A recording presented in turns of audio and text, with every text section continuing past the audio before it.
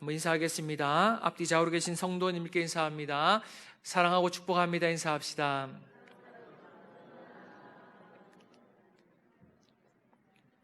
감사합니다. 말씀 가운데 큰 은혜 받으시는 복된 예배 시간이 될 수 있기를 주의 이름으로 간절히 축원드립니다. 우리가 살아가고 있는 시대를 포스트 모더니즘 시대라고 하는데요. 이 포스트 모더니즘 시대의 특징이 무엇이냐면 기존의 전통적인 방식과 가치관을 부정한다라는 것입니다. 예를 들어 결혼에 대한 가치관이 그렇습니다. 과거에는 나이가 차면 자연스럽게 결혼을 했지만 요즘은 그렇지가 않습니다. 요즘은 결혼이 필수가 아니라 선택이 되어버린 시대입니다. 그래서 요즘 청년들 사이에서는 비혼주의라는 말이 유행을 하죠. 비혼주의라는 것은 결혼은 하진 않지만 연애는 하겠다는 것입니다. 우리 어른들은 이런 얘기 들으면 속이 터집니다. 남의 얘기 같으면 괜찮은데 내 자식 이러고 있으면 속이 터지지요.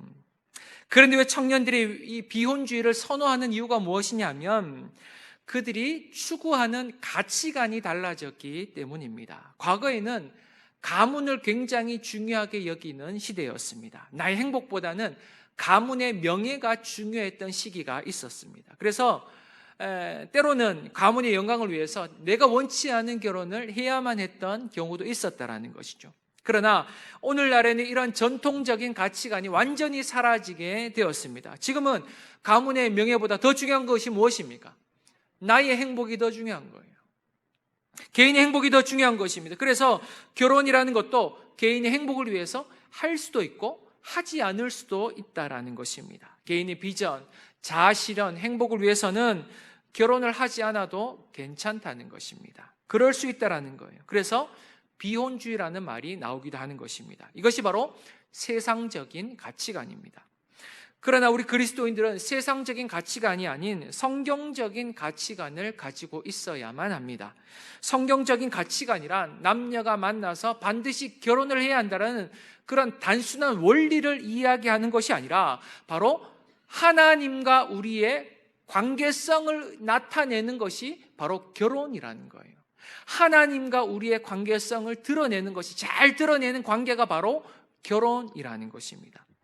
저와 여러분의 관계도 마찬가지입니다. 저와 여러분의 관계는 단순히 목회자와 성도의 관계가 아닙니다. 결혼의 관계로 이해를 하셔야만 한다는 거예요. 제가 작년 7월 13일 성광교회의 담임 목사로 위임을 받게 되었습니다. 위임식이라는 것은 단순히 목회자가 한 교회의 담임 목사가 된 것을 축하하는 자리가 아닙니다. 위임식이라는 것은 하나님 앞에서 성도와 목회자가 결혼식을 갖는 것입니다. 결혼식. 그래서 저와 여러분은 결혼을 한 거예요. 결혼을 한 거예요. 표정을 보니까 모르시겠다, 깜짝 놀란 표정이, 결혼을 했다고 제가 목사님과 이런 표정이신데 제가 알려드리는 거예요. 저와 여러분은 결혼한 관계라는 거예요. 결혼. 저도 하나님 앞에서 서약을 했고 여러분도 하나님 앞에서 서약을 했지 않습니까? 그 서약이 어떤 서약이냐면 결혼의 서약이라는 거예요. 하나님 앞에서 한평생 이 성도만을 사랑하며 돌보겠습니다라는 서약. 여러분도 담임 목사의 말에 순종하며 믿고 따라가겠습니다라는 이 서약을 했다는 거예요. 그 서약이 바로 결혼의 서약이라는 것입니다. 다시 말해 하나님과 우리의 관계도 무엇으로 설명할 수 있는가 하면 결혼의 관계로 설명할 수 있다는 것입니다. 오늘 본문은 룻기의 마지막 이야기로서 룻과 보아스의 결혼 이야기를 나누고 있습니다. 그렇다면 오늘 이 룻과 보아스의 결혼 이야기를 통해서 하나님께서 우리에게 주시고자 하는 메시지가 무엇인지를 한번 찾아보고자 합니다. 첫 번째로는 백성들과 장로들의 축복에 대해서 말씀합니다. 지난 시간의 내용을 잠시 묵상하고 오늘 본문을 살펴보도록 하겠습니다. 지난 시간 보아스는 베들레헴 성문에 올라가서 이 룻과의 결혼에서 발생하는 법적인 문제를 해결하고자 하였습니다. 보아스가 베들레헴 성문에 올라가게 되었을 때 바로 그때 이 보아스 앞에 누가 지나가게 되었습니까? 기업 물을 자가 때마침 지나가게 되었던 거예요. 그래서 보아스가 그 기업 물을 자를 불러서 이렇게 이야기하죠. 당신이 이 엘리멜렉의 가까운 친족인데 그의 기업을 물을 것입니까? 라고 물었더니 그가 자신의 기업에 손해가 될까 하여 거절했다라고 성경은 말씀합니다. 그래서 결국 이 엘리멜렉의 기업을 누가 이어주게 되었습니까? 보아스가 이어주게 되었던 거예요. 그때 성문에 모여있던 많은 백성들과 장로들이 보아스를 축복하며 이런 고백을 하게 돼요. 읽었던 말씀이지만 함께 읽습니다. 11절 말씀입니다. 시작. 성문에 있던 모든 백성과 장로들이 이르되 우리가 증인이 되나니 여호와께서 네 집에 들어가는 여인으로 이스라엘의 집을 세운 라헬과 레아 두 사람과 같게 하시고 내가 에브라스에서 유력하고 베들레헴에서 유명하게 하시기를 원하며. 아멘. 여호와께서 내 집으로 들어간 그 여인으로 말미암아 이스라엘의 집을 세운 라헬과 레와와 같이 되기를 원한다라는 것입니다. 지금 보아스의 집 안으로 들어간 그 여인이 누구였습니까?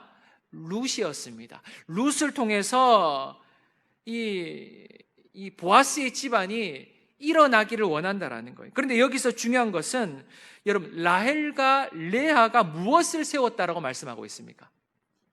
무슨 집요? 이스라엘의 집을 세웠다라고 말씀하고 있는 거예요. 성도 여러분, 야곱의 인생을 아시지 않습니까? 야곱은 형으로부터 미움을 사서 평생을 도망자와 나그네로 살아갔던 인생이었습니다. 결혼을 하고서도 그의 인생이 형통하거나 행복했던 것은 아니에요. 그는 자식 잃은 슬픔으로 13년을 살아야만 했던 것입니다. 그의 인생은 물론이며 그의 가정까지도 완전히 깨어져 있던 그런 상황이었던 것입니다. 그러나 하나님께서는 라헬과 레아를 통해서 무엇을 완성하셨다라고 말씀하고 있는가 하면 이스라엘의 집을 완성하셨다라는 것입니다. 육신적인 눈으로 보기에 야곱의 집은 완전히 깨어져 있는 상황이었어요. 자식들이 아버지의 말을 듣지 않습니다. 그러나 하나님께서는 라헬과 레아를 통해서 누구의 집을 세우셨다고요? 이스라엘의 집을 세우셨다는 거예요. 이스라엘의 12지파를 완성하셨다라는 것입니다. 야곱의 집안이 두 여인을 통해서 다시금 일어나게 되었다라는 것이죠.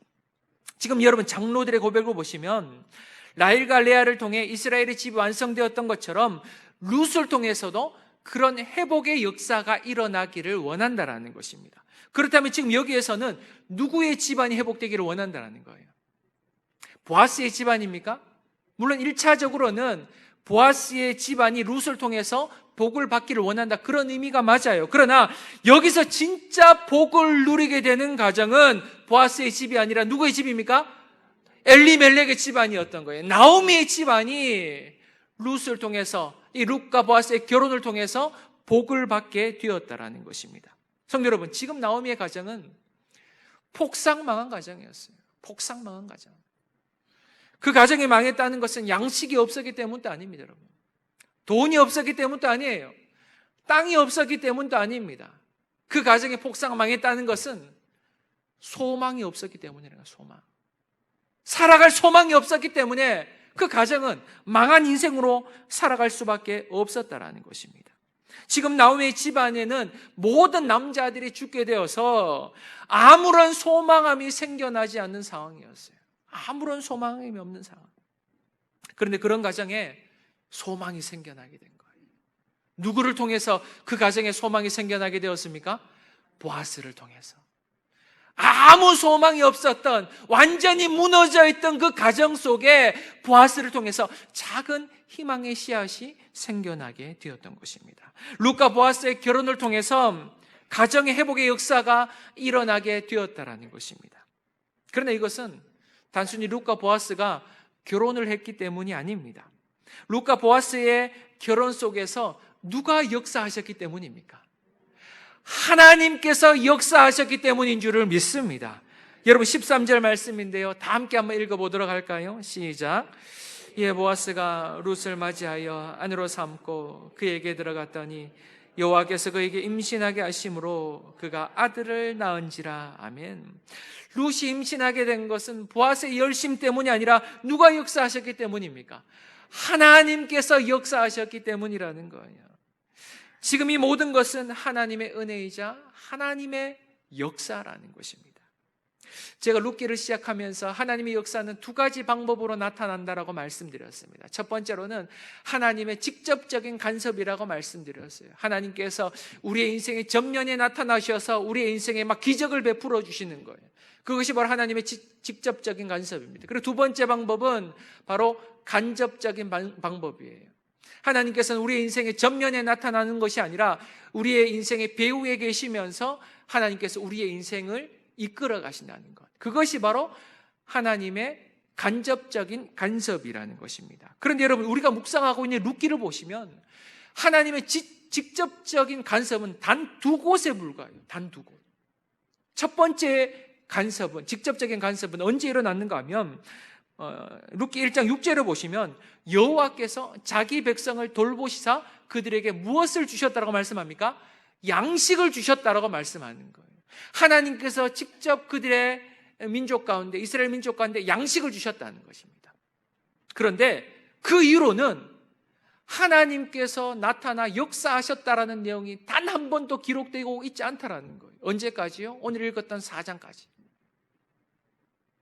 하나님의 모습을 찾아볼 수가 없습니다. 하나님이 역사하지 않는 것처럼 보인다라는 거예요.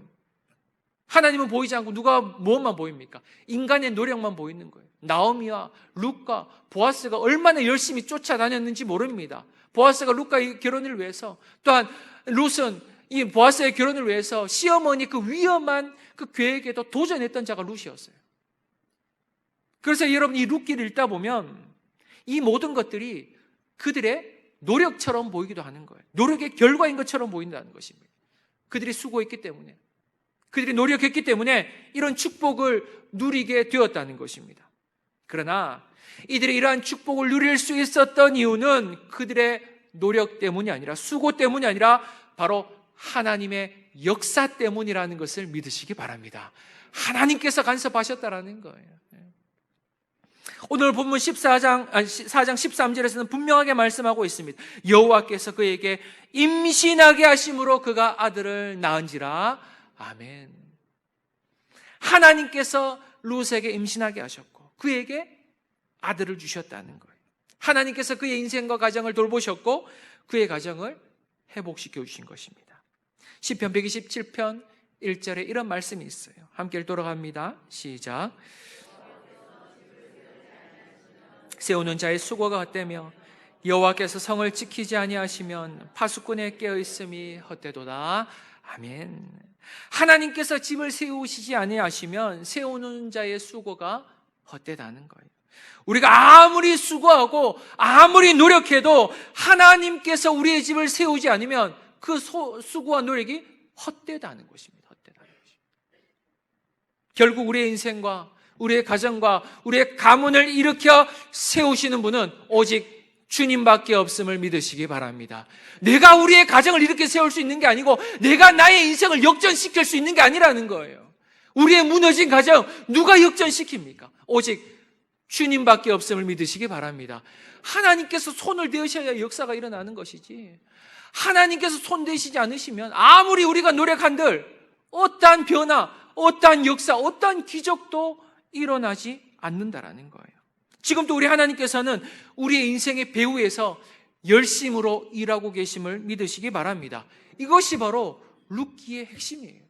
우리가 지난 한 10주간을 룻기의 말씀을 묵상했는데 이 룻기의 핵심이 무엇입니까? 우리의 인생과 우리의 가정을 회복시키시는 분은 주님이시며 지금도 우리 주님께서는 우리의 인생을 위해서 열심으로 일하고 계시다라는 거예요.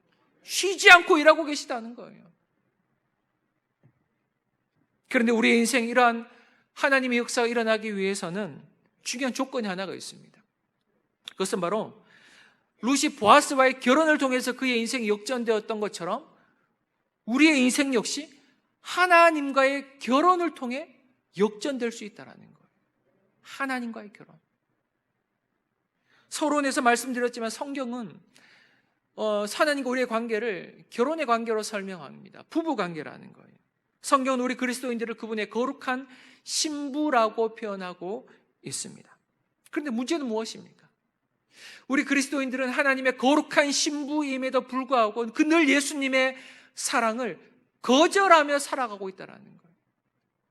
예수님의 사랑을 받기보다 세상을 더 사랑하며 살아가고 있는 존재라는 것입니다. 예수님을 바라보기보다 세상을 더 바라보며 살아가고 있는 존재라는 거예요. 예수님께서 우리가 돌아오기만을 간절히 바라고 계시지만 우리는 주님께 돌아가지 않고 여전히 타락한 세상 속에 머물며 세상을 즐기며 사랑하며 살아가고 있는 존재라는 것입니다. 그러니 하나님과의 관계가 깨어져 버린 거예요. 부부 관계가 깨어져 버린 것입니다. 하나님께서 우리에게 원하시는 것은 거룩한 신부의 모습인데 우리는 이 땅에서, 이 세상에서 가늠한 여인처럼 살아가고 있었던 거예요. 사랑하는 성도 여러분, 우리가 하나님과 결혼을 했다는 것은 우리의 눈에 하나님만 보인다는 것을 의미해요. 우리 성도님들 사랑해 보셨지 않습니까? 안 해보셨습니까? 사랑해 보셨죠? 옛날에 과거의 추억을 좀 떠올려 보세요. 기억이 안 나세요? 그런데 여러분, 사랑을 하면요, 다른 사람은 보이지 않습니다. 그 사람만 보이는 거예요. 내가 사랑하는 사람만 보이는 게 진짜 사랑이지, 내가 이 사람을 사랑하면서도 다른 사람이 보인다는 건 그건 사랑이 아니라는 거예요. 사랑을 하면 오직 그 사람만 보이는 거예요. 그 사람. 하나님과 결혼한 사람은 오직 하나님만 보여야만 한다라는 것입니다. 찬송가 288장에 보면 이런 찬양의 가사가 있어요. 주 안의 기쁨 누림으로 마음의 풍랑이 잔잔하니 세상과 나는 간 곳 없고 구속한 주만 보이도다. 주님과 결혼한 사람들의 눈에는 오직 주님만이 보이게 된다라는 것입니다. 세상은 보이지 않아요. 인생의 문제도 보이지 않습니다. 세상의 유혹도 보이지 않아요. 오직 주님만 바라보게 된다는 거예요. 어떠한 시련과 고통과 문제가 찾아온다 할지라도 세상을 바라보며 막 두리번거리는 것이 아니라 그때 눈을 들어 주님을 바라보는 그 사람, 그 사람이야말로 하나님을 사랑하는 사람이라는 거예요. 그러나 지금 우리의 눈에 하나님이 보이지 않고 세상이 보이겠다면 우리는 하나님을 사랑하는 자들이 아니라 세상을 사랑하며 살아가는 자들이라는 것입니다. 우리의 인생의 위기 속에서 하나님이 아니라 우리의 눈에 돈이 보이고 있다면 우리는 하나님을 사랑하는 자들이 아니라 돈을 사랑하는 자들이라는 거예요. 인생의 위기를 만났는데 우리가 하나님을 바라보는 것이 아니라 막 사람들을 바라보고 있다면 우리는 하나님을 의지하는 자가 아니라 사람을 의지하고 있는 자라는 거예요. 사랑하는 성도 여러분, 결국 회복의 출발점은 하나님과 우리의 관계라는 것을 믿으시기 바랍니다. 지금 우리가 하나님과 어떤 관계를 맺어가고 있는가? 그것이 바로 회복의 열쇠라는 것이죠. 여러분이 하나님의 거룩한 신부가 되는 것, 그것이 회복의 열쇠라는 것을 믿으시고 하나님의 거룩한 신부가 되어서 하나님의 놀라운 회복하심을 경험할 수 있는 우리 성광의 모든 믿음의 동력자들이 다 될 수 있기를 주의 이름으로 간절히 축원드립니다. 두 번째로는 보아스의 계보에 대해서 말씀하십니다. 보아스의 계보. 룻과 보아스는 결혼을 함으로 아들을 낳게 되는데 그 아들의 이름이 무엇이었습니까? 여러분 17절 말씀을 함께 읽도록합니다. 시작. 그의 이혼 여인들이 그에게 이름을 지어주되 나오미에게 아들이 태어났다 하여 그의 이름을 오벳이라 하였는데 그는 다윗의 아버지인 이새의 아버지였더라. 아멘. 그의 이름을 무엇이라고 지었습니까? 오벳이라고 지었어요. 그런데 오벳의 아버지가 누구냐 하면 바로 다윗의 아버지인 이새의 아버지라는 거예요. 오벳이 그런 인물이라는 것이죠. 다윗의 아버지인 이새의 아버지. 사랑하는 성도 여러분, 제가 지난주에 이 룻기의 스토리는 신데렐라 스토리가 아니라고 말씀드렸습니다. 왜냐하면 신데렐라의 스토리는 그들만의 이야기로 끝이 나요. 그러나 룻기의 스토리는 그들만의 스토리가 아니라는 것입니다. 결국 그들의 스토리는 무엇과 연결됩니까? 하나님의 역사와 연결된다라는 거예요. 예수 그리스도와 연결됨을 말씀하고 있다는 것입니다. 룻과 보아스의 만남이 그들의 스토리로 끝이 나는 것이 아니라 하나님의 역사로 이어지고 있다는 거예요. 그것을 어떻게 알 수 있습니까? 룻기에 기록된 족보를 통해 알 수 있는 거예요. 족보. 룻의 아들인 오벳이 다윗의 아버지인 이새의 아버지라는 것입니다. 이제 성경의 스토리가 누구에게로 이어지고 있다는 거예요? 다윗에게로. 중요한 것은 룻의 스토리가 하나님의 역사로 이어지고 있다는 거예요. 하나님의 스토리로. 사랑하는 성도 여러분, 우리의 인생의 스토리 역시 하나님의 역사로 이어지고 있음을 믿으시기 바랍니다. 그래서 우리가 이 땅에 살아가는 삶은 그저 그런 인생으로 살아가는 삶이 아니라 하나님의 역사에 남게 되는 놀라운 축복의 스토리라는 것을 믿으시기 바랍니다. 여러분이 살아가는 모든 삶의 순간이 하나님의 역사에 지금 기록되고 있다는 거예요. 얼마나 놀라운 일입니까? 하나님의 역사에 기록되고 있는 놀라운 스토리를 우리가 써내려가고 있다는 거예요.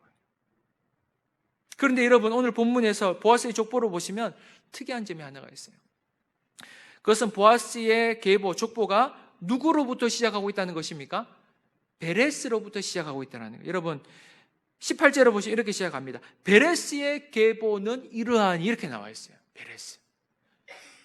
그런데 왜 룻기에서는 보아스의 족보를 베레스로부터 시작하고 있을까요? 우리가 묵상하지는 않았지만 여러분 12절 말씀을 보시면 장로들의 축복이 계속되고 있는데 12절 말씀을 함께 읽도록 합니다. 시작. 여호와께서 이 젊은 여자로 말미암아 내게 상속자를 주사 내 집이 다말이 유다에게 낳아준 베레스의 집과 같게 하시기를 원하노라 하니라. 아멘.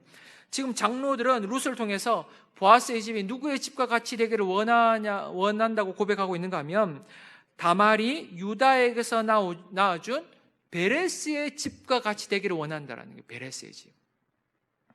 자, 그렇다면 베레스의 아버지는 누구입니까? 베레스의 아버지는 유다입니다. 그리고 베레스의 어머니는 누구이죠? 다말이에요.